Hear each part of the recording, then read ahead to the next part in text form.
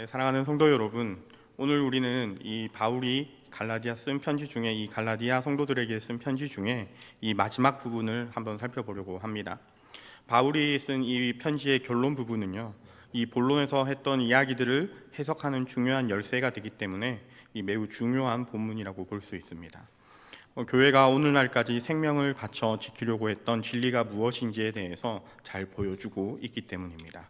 먼저 오늘 본문의 11절을 한번 살펴보시면 이렇게 말하고 있습니다. 내 손으로 너희에게 이렇게 큰 글자를 쓴 것을 보라 라고 이야기합니다. 이 어떤 학자들은 이 큰 글씨라고 하니까 이 바울이 노년에 눈이 잘 안 보여서 글씨를 크게 썼다라고 이야기하시는 분들도 계신데 저는 그런 것 같지는 않습니다. 이 바울이 지금 이 편지의 결론을 내리고 있는데 이 갈라디아 성도들아 너희 잘 새겨들어라 이러면서 주의를 환기시키는 것 같습니다. 우리가 잘 알다시피 이 교회라는 구조 자체가 이미 이 문제가 없을 수 없는 구조입니다. 우리는 때때로 이 교회가 완벽하기를 소망합니다. 이 하나님의 공동체이고 하나님의 모습을 닮아 있고 예수님이 머리 대신 공동체이기 때문에 이 교회를 바라보면서 흠이 없고 완벽하기를 소망하긴 합니다. 그러나 이 교회라는 곳은 내가 죄인입니다 하는 사람들이 모여있는 공동체이기 때문에 이 완벽할 수 없는 공동체라는 것이죠. 그래서 어느 시대에나 이 어느 교회든지 항상 일정한 정도의 어려움과 힘듦들이 존재했고 그 어려움들을 이 말씀으로 잘 다루어 나갈 때, 이 말씀으로 성도들이 함께 헤쳐나갈 때 이 교회가 건강하게 세워져 나갔던 것입니다. 초대 교회였던 이 갈라디아 교회에서도 문제가 있었습니다. 이 거짓 선생들이 예루살렘에서 왔다고 하면서 이 할례를 받고 율법을 받아야 한다라는 이 거짓 교훈을 가르쳤기 때문입니다. 그런데 문제는 이 갈라디아 교회 성도들에게 이 거짓 가르침이 잘 먹혀 들어갔다는 것에 있습니다. 그들이 잘못된 가르침이 이 교회가 흔들린 이유는 먼저 이 할례라는 의식이 구약 성경에 분명하게 적혀 있기 때문입니다.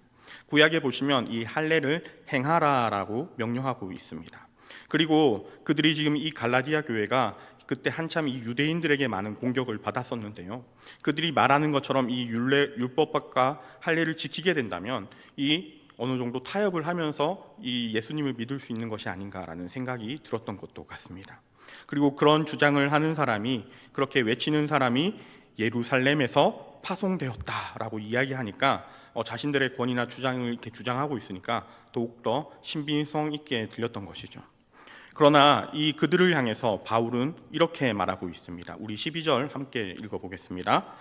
무릇 육체의 모양을 내려 하는 자들이 억지로 너희에게 할례를 받게 함은 그들이 그리스도의 십자가로 말미암아 박해를 면하게 함뿐이라. 아멘. 바울은 그들에게 육체의 모양을 내려고 한다라고 평하고 있습니다. 저는 항상 감사한 게 제가 보기에 이렇게 볼품이 없고 잘하는 것이 하나도 없지만 우리 사랑하는 성도님들께서 저를 볼 때 이렇게 사랑스럽게 봐주시는 것만으로도 너무 감사드립니다. 사랑스럽게 봐주시는 것 맞으시죠? 감사합니다. 무슨 잘난 것도 없고 이렇게 볼품 있는 외모는 아니잖아요. 그런데 보시면 이렇게 목사님하고 인사해 주실 때 저는 우리 성도님들이 참 사랑이 많으시다라는 것을 느끼게 됩니다. 그런데 오늘 이 거짓 선생들도 이렇게 외모만, 이 겉에 있는 것만 이렇게 꾸미려 한다라고 말하는 것이죠. 바울은 사람들이 그들을 볼 때 저 사람 참 괜찮다, 저 사람 참 마음에 든다, 이런 인상을 끼치려 한다라고 평가했습니다. 외모를 가꾸고 좋은 인상을 주는 것을 폄하하는 것이 아니라, 이 외모를 가꾸고 좋은 인상을 주는 것을 깔보는 것이 아니라 정말 좋은 사람이 아닌데 본질 자체가 잘못된 의도와 거짓으로 이렇게 접근하고 있는데 심지어 하나님 앞에서 바로 서 있지도 않는데 마치 그런 사람인 양 행동과 인상에 호소하고 있다고 말하는 것이죠. 그리고 바울은 그들이 왜 그렇게 했는지 12절 후반부에 이렇게 평하고 있습니다. 그들이 그리스도의 십자가로 말미암아 박해를 면하려 함뿐이니라, 이렇게 평가하고 있습니다. 사랑하는 성도 여러분, 우리가 너무나 잘 알고 있듯이 이 성도의 삶, 이 예수 그리스도를 따라가는 삶에 피할 수 없는 것이 한 가지 있습니다. 진리를 따라가는 길은 넓은 길이 아니고 이 좁은 길이라는 것인데요. 우리 주님의 말씀처럼 진리를 따를 때에는 반드시 아픔과 고난이 있다는 것입니다. 특히 이 갈라디아 교회는 믿음 때문에 이 같은 유대인들에게 많은 고난을 당했습니다. 그러나 이 거짓 선생들은 이 유대인들이 환영할 만한 주제를 가지고 이 할례와 율법을 주장하면서 예수님을 믿는 믿음으로부터 오는 이 고난과 핍박을 면해 보려는 시도를 하고 있었던 것이죠. 변화를 겪어서 이 고난의 길을 가려고 하는 것이 아니라 바깥에서 보이는 인상, 외부에서 우리를 어떻게 보나, 외부에서 우리 공동체를 어떻게 볼까 하는 것들을 잘 다듬어서 이 고난과 핍박을 피해 가보려고 했던 것입니다. 13절을 우리 이어서 함께 읽어보겠습니다. 할례를 바르는 그들이라도 스스로 율법을 지키지 아니하고 너희에게 할례를 받게 하려는 것은 그들이 너희의 육체로 자랑하려 함이라. 바울은 이 그들이 율법도 잘 지키지 않는다라고 이야기합니다. 율법과 할례를 주장하고 있지만 실제로 그들은 율법을 사랑하지도 않고 지키지도 않는다는 것이죠. 그러면서 이 율법과 할례의 특정 부분들을 가지고 와서 마치 율법을 사랑하는 것이냐, 마치 좋아하는 사람인 것처럼 그런 인상을 끼치기에 주력한다는 것입니다. 사랑하는 성도 여러분, 우리는 이 말씀을 보면서 우리는 그 거짓 선생들과 다르겠지라고 생각하실 수 있습니다. 그러나 그렇게 떨어뜨려서 생각하시면 안 됩니다. 참 안타깝게도 우리도 이 땅을 살아가고 있기 때문에 외적인 모습을 꽤나 중요하게 여깁니다. 하나님 앞에서 나는 어떤 사람인가? 나의 내면이 어떻게 변화되어야 더욱더 하나님 앞에 또 예수님의 성품에 닮아가는 사람인가? 이런 것들을 생각하기보다 너무나 어리석게도 남들에게 보여지는 나는 어떤가? 남들이 생각하는 나는 참 성도처럼, 참 신앙인처럼 보이는가? 남들이 나를 어떻게 평가하는가에 더 많은 관심을 가집니다. 신앙생활도 마찬가지입니다. 하나님이 나를 어떻게 보시는가 보다 남들이 나의 신앙을 어떻게 보는가에 더 관심 있고 집중합니다. 사랑하는 대길의 성도 여러분, 신앙은 우리의 이 마음을 기울여서 어떻게 하면 하나님을 더욱 사랑할 수 있을까에서부터 시작하는 것이 우리 신앙의 핵심이었습니다. 우리 예수님께서는 분명히 말씀하셨습니다. 내 마음을 다하고 목숨을 다하고 뜻을 다하여 주 너의 하나님을 사랑하라 라고 말씀하셨습니다. 정말 우리의 중심을 다해서 주 너의 하나님을 사랑하라 라고 말씀하신 것이죠. 너무나 뻔하게도 우리가 너무나 잘 알고 있듯이 신앙은 하나님을 사랑하는 것입니다. 하나님을 사랑하기 때문에 이 하나님의 말씀을 귀담아 듣는 것이죠. 하나님을 사랑하기 때문에 그 말씀에 순종하고 그 순종의 과정에서 정말 많은 어려움과 인내와 고통이 있을지라도 그 많은 대가가 지불되지만 그것을 하나도 아까워하지 않고 하나님의 말씀을 순종하기 위해서 고난과 시련을 아낌없이 겪어가며 주님을 따르는 것이죠. 그렇게 하나님을 사랑해서 이 하나님을 너무나 사랑해서 기꺼이 좁은 길 가는 것이 성도의 삶이지 않습니까? 율법을 지키려고 하지도 않고 율법과 할례만 주장하는 것이 이 거짓 선생들의 껍질만 남은 신앙이라는 것입니다. 이사야 29장 13절에는 이렇게 이야기합니다. 이 백성이 입으로는 나를 가까이하며 입술로는 나를 공경하나 그들의 마음은 내게서 멀리 떠났나니. 입으로는 하나님을 믿는다고 합니다. 그러나 그 중심에는 하나님을 떠나 있는 것이죠. 사랑하는 성도 여러분, 이런 것은 기독교가 아닙니다. 아무리 우리의 입술로 나는 예수님을 믿어요, 예수님 너무 사랑해요 라고 고백해도 내 삶과 내 마음의 진정성이 없으면 그건 신앙도 아니고 기독교도 아닌 것입니다. 우리가 말로만 고백하면 구원받는 것이 그런 것이 신앙이 아니라는 것이죠. 그렇다면 우리가 믿는 진리는 무엇일까요? 우리 15절을 함께 읽어보겠습니다. 할례나 무할례나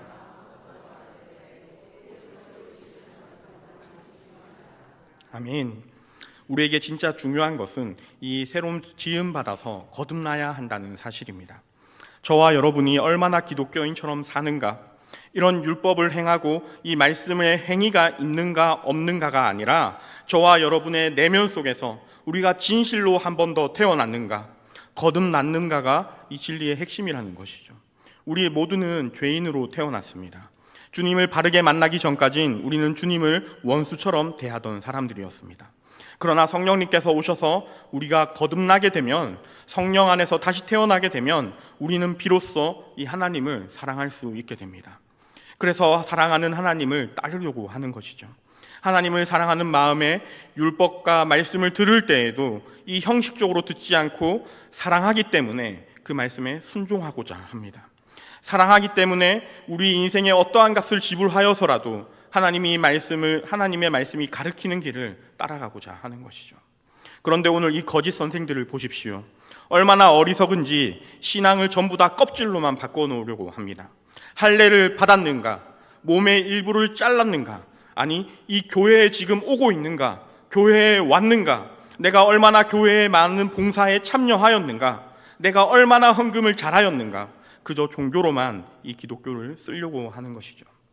사랑하는 성도 여러분, 그런 것들은 아무것도 우리를 보장해 주지 않습니다.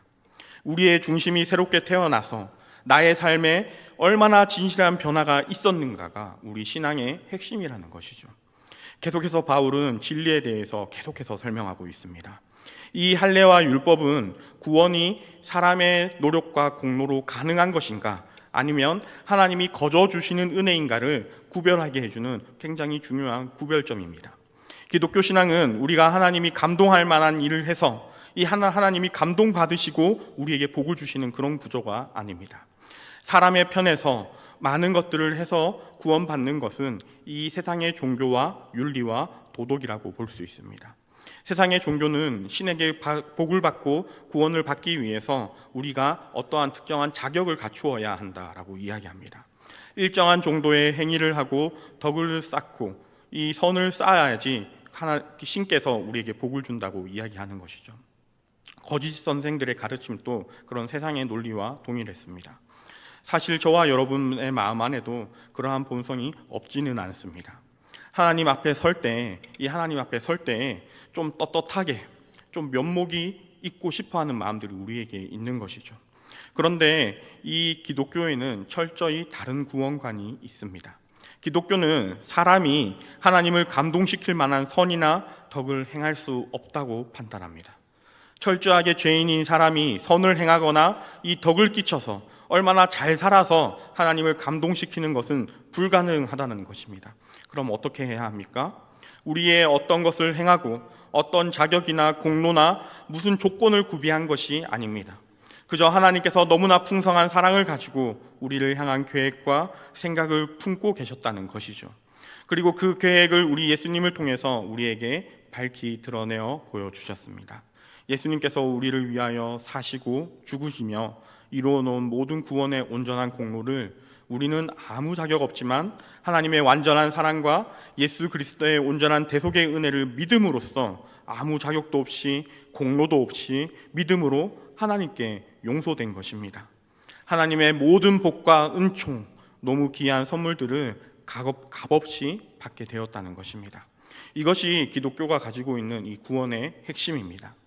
또 이 거짓 선생들의 가르침과 바울이 말하는 진리에는 결정적인 차이점이 있습니다. 우리 13절과 14절 조금 긴데 같이 한번 읽어보겠습니다.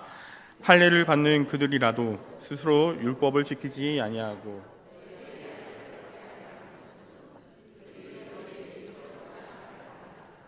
그러나 내게는 우리 주 예수 그리스도의 십자가 외에 결코 자랑할 것이 없으니 그리스도로 말미암아 세상이 나를 대하여 십자가에 못 박히고 내가 또한 세상을 대하여 그러하리라. 아멘. 세상에 있는 모든 도덕이나 윤리나 이 세상의 종교들이 그 끝에 무엇가 있습니까? 이 세상에서 추구하는 세상이 추구하는 모든 갈망 가운데는 그 끝에 자랑이 있습니다. 그와 어떠한 신도 감동시키는 자기의 행위고 자기의 행동이기 때문에 자랑하는 것이죠. 신이 감동할 만한 우리의 성과 덕인데 그것이 얼마나 자랑하고 드러내어서 말하고 싶어 하겠습니까? 세상을 따라 사는 사람들의 삶의 방식은 자랑입니다. 죄송하지만 이 땅을 살아가고 있는 저와 여러분도 마찬가지입니다. 우리는 기독교적인 교양과 소양이 있어서 막 대놓고 자랑하지는 않습니다. 그러나 누군가가 내가 대놓고 말을 안 했는데도 좀 알아주면 어휴, 어떻게 그렇게 훌륭하게 교회를 섬길 수 있어? 역시 우리 교회의 소문난 일꾼이야 이렇게 하면 막 마음속에 기쁨이 피어오릅니다. 말은 안 했지만 기쁨이 밀려올라서 어떤 생각을 합니까? 야, 저 사람 뭐 좀 아네. 사람 보는 눈이 있네. 참 괜찮은 사람인 것 같아. 막 드러내어 놓고 이렇게 기뻐하지는 않지만 누군가가 나의 하는 일들, 누군가가 나의 섬김과 나의 봉사에 대해서 알아주니까 내 안에 막 이렇게 기쁨이 피어오르는 것입니다. 우리가 생각하는 겸손은 참 유교적인 것 같습니다. 내가 정말 훌륭한 사람인데 절대로 내 입으로 말하지는 않습니다. 내 입으로 절대로 말하진 않는데 옆에서 막 훌륭해 이렇게 말하면 그렇지, 내가 뭐 드러내고 말은 안 했지만 그래, 그게 나야, 봐, 알아주잖아 라는 마음이 있다는 것이죠. 사랑하는 여러분, 진짜 성도는 자랑할 것이 없습니다. 성도가 자랑할 것이라고는 구원이라는 놀라운 은혜를 값없이 받았다는 것 뿐입니다. 어떤 복이나 은총도 나로부터 시작된 것이 아니라 하나님이 우리를 향한 그 깊고 온전한 영원한 사랑 때문에 우리에게 거저 주어졌다는 것이죠. 우리같이 자격 없는 자들이 이 모든 부요와 귀한 은혜를 상속하고 아무 값없이 거저 얻은 줄 알기 때문에 자랑할 것이 없다는 것입니다. 사랑하는 성도 여러분, 이것이 교회가 생명을 바쳐서 지켜온 진리입니다. 자랑거리가 많은 이 거짓 선생들과 사도 바울을 한번 보십시오. 사도 바울은 인간적으로 자랑하자면 누구 못지않게 자랑할 거리가 많은 사람입니다. 그런데 그런 것들을 전부 다 배설물과 해로 여겼다라고 말합니다. 하나님을 드러내기보다 자기의 육체적인 여러 가지가 드러날까 굉장히 두려워했던 것입니다. 고린도전서 15장에 바울이 12사도와 자기를 비교하면서 자기가 제일 부족한 사도다라고 얘기합니다. 에베소에 가면 성도들 중에 제일 부족한 성도보다 그 성도보다 내가 더 작다라고 이야기합니다. 바울의 생이 말미에 쓴 디모데서에 가면 더 이상 누군가와 비교할 가치도 느끼지 없는 것처럼 누군가와 비교하는 것이 아니라 나는 가장 악하고 무익한 자입니다 라고 고백합니다. 우리는 너무나 쉽게 이 본문을 인용하면서 바울이 얼마나 겸손했나 보라라고 이야기합니다. 우리가 생각하는 겸손은 나는 진짜 훌륭한데 남들이 절대로 교만하게 보면 안 되기 때문에 저는 부족해요, 저는 모자라요 라고 말하는 것과 같습니다. 바울이 얘기하는 겸손은 그런 것들을 이야기하는 것이 아닙니다. 세월을 살아가면 살아갈수록 이 복음을 안 연도가 더해져 갈수록 하나님의 그 은혜 외에 자기 편에서 할 말이 없어진다는 것이죠. 죄와 악과 부패한 본성을 발견하면 발견할수록 나는 죄인의 개수일 뿐, 자기는 위대한 사도라 다른 사람들이 칭하지만 나는 그저 죄인일 뿐입니다 라고 고백하는 것입니다. 그래서 바울은 이렇게 말할 수 있는 것입니다. 로마서 3장 27절에 복음에 대해서 바울은 이렇게 이야기합니다. 그런즉 자랑할 데가 어디 있느냐, 있을 수 없느니라. 무슨 법으로냐, 행위로냐, 아니라 오직 믿음의 법이로니라 라고 이야기합니다. 또 에베소 1장에서 복음의 영광들을 다 이야기한 다음에 에베소 2장 8장과 9절에 이렇게 이야기합니다. 너희가 그 은혜로 인하여 믿음으로 말미암아 구원을 얻었나니 이것이 너희에게서 난 것이 아니요 하나님의 선물이라. 행위에서 난 것이 아니니 이는 누구든지 자랑치 못하게 하려 함이라. 아멘. 이렇게 말하고 있는 것입니다. 우리가 진리를 바로 서 있는지 알기 위해서, 내가 진리로 바로 가는지 알기 위해서는 나에 대한 신뢰와 자랑이 내 안에 있는지, 내가 정말 남들에게 나의 것들을 자랑하고 싶어 하는지, 아니면 정말 주님 앞에서 서면 내가 자랑할 것이 아무것도 없어서 주님의 그 은혜에 감사할 뿐인지를 스스로 돌아보아야 한다는 것입니다. 그리고 바울은 이러한 진리에 대한 우리의 바른 이해와 바른 반응에 대해서 규례라고 설명하고 있습니다. 오늘 본문의 16절입니다. 함께 읽어보겠습니다. 무릇 이 규례를 행하는 자에게와 하나님의 이스라엘에게 평강과 긍휼이 있을지어다. 아멘. 여러분, 이 평강과 긍휼이 이 규례를 잘 지켜 행하는 사람에게 있다는 것입니다. 앞에서 율법을 이야기할 때 이 할례를 이야기했는데 율법이나 할례와는 이 다른 표현인 규례에 대해서 이야기하고 있는 것입니다. 모든 시대의 교회와 성도들이 따랐던 이 규례를 따르던 성도들의 삶의 은혜와 평강과 긍휼이 있다는 것입니다. 바울은 사실 이 갈라디아서를 열면서 1장 3절에 너희에게 은혜와 평강이 있길 원하노라 하고 시작을 합니다. 이렇게 말했는데 이제 성경을 마치면서 제일 마지막 절에 형제들아 우리 주 예수 그리스도의 은혜가 너희 심령에 있을지어다 라고 이야기합니다. 너희의 겉모습 말고, 너희의 어떤 행위나 행동 말고 너희의 삶의 인격과 중심인 이 심령에 은혜가 있을 것이다 라고 이야기하는 것이죠. 저와 여러분에게 놀라운 은혜를 주신다는 것을 아는 이 은혜에 대한 바른 이해와 반응을 바울은 규례라고 설명하는 것입니다. 주 안에 사랑하는 여러분, 오늘 이 본문의 규례를 조금 더 확산시키면 이 갈라디아서 전체에서 이야기하고 있는 복음이라고 생각합니다. 그리고 그것을 조금만 더 확산시키면 이 성경 전문가들, 이 신학자들이 제일 좋아하는 표현으로 바꾸자면 이 사도적 전승의 복음이라고 설명할 수 있겠습니다. 오늘 우리의 삶의 중요한 기준으로 가지고 있는 이 사도들이 전하여 준 진리와 복음이라는 것입니다. 초대교회와 종교개혁과 17세기와 18세기 그 위대한 부흥의 시대와 오늘 우리에게 이르기까지 변함없이 동일하게 믿어왔던 그리고 지켜져 왔던 사도적 전승의 진리입니다. 교회는 아주 오래전부터 이 규례를 지켜왔고 오늘날까지 우리가 지켜야만 하는 진리인 것이죠.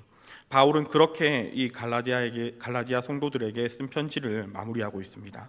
사랑하는 성도 여러분, 오늘 이 말씀을 살펴본 저와 여러분들이 이 진리에서 벗어나지 않고 우리의 믿음의 선배들이 그러했던 것처럼 이 진리를 잘 지키며 나아가야 할 것입니다. 그래서 우리 예수 그리스도의 놀라운 사랑이 매일 새롭게 알아갈 수 있는 우리 대길교회가 되어야 할 것입니다. 우리 말씀을 마무리하면서 바울의 편지 이 마지막에 했던 말들을 살펴보고 마치고자 합니다. 바울은 자신을 사도가 아니라 주장하는 이 거짓 선생들, 자기들이 이 예루살렘 교회에서 파송되었다라고 말하면서 예루살렘 교회의 권위를 붙들고 바울을 공격하는 그들에게 17절에 이렇게 이야기합니다. 우리 함께 읽어보겠습니다. 이후로는 누구든지 나를 괴롭게 하지 말라. 내가 내 몸에 예수의 흔적을 지니고 있노라. 아멘. 사랑하는 여러분, 바울은 지금 무엇을 주장하고 있습니까? 자기의 몸에 있는 이 예수의 흔적에 대해서 증거하고 있습니다. 여기서 흔적이라는 단어는 스티그마타라는 단어입니다. 과거에 주로 주인들이 이 노예나 짐승들에게 자기의 소유권을 표하기 위해서 찍은 도장, 어떤 표, 이것을 스티그마타라고 이야기합니다. 바울에게 예수가 자기를 소유했음을 나타내는 이 예수가 자기의 주인임을 보증하는 이 도장이 바울에게 찍혀 있다는 것이죠. 사랑하는 성도 여러분, 그렇다면 이 바울이 지니고 있는 도장, 그 표, 그것은 무엇일까요? 거짓 선생들이 주장하는 할례가 아니고 몸에 있는 예수의 흔적과 표시, 그것이 무엇이겠습니까? 바로 고난입니다. 고난. 예수님 때문에 맞았던 매, 이 40의 가한 매를 5번이나 맞고 태장으로 맞고 수없이 맞아서 몸에 생긴 그 흔적, 고난입니다. 고린도후서 11장에 가면 바울의 사도권을 제일 많이 부정했던 고린도 교회를 향해 자기의 이 사도권을 주장하면서 11장 22절부터 30절까지 무려 9절이나 되는 많은 구절에 자기가 진짜 사도라는 증거를 무엇을 대면서 이야기하냐면 이 고난을 대면서 이야기하고 있습니다. 얼마나 많은 고난을 예수님 때문에 당했냐라는 것을 이야기하는 것이죠.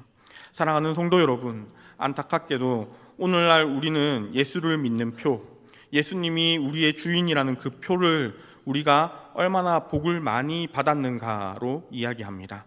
예수를 믿어서 잘 되고 형통하고 쉽고 편안하고 전부 그런 것을 이 신앙에서 찾고 있는 것이죠.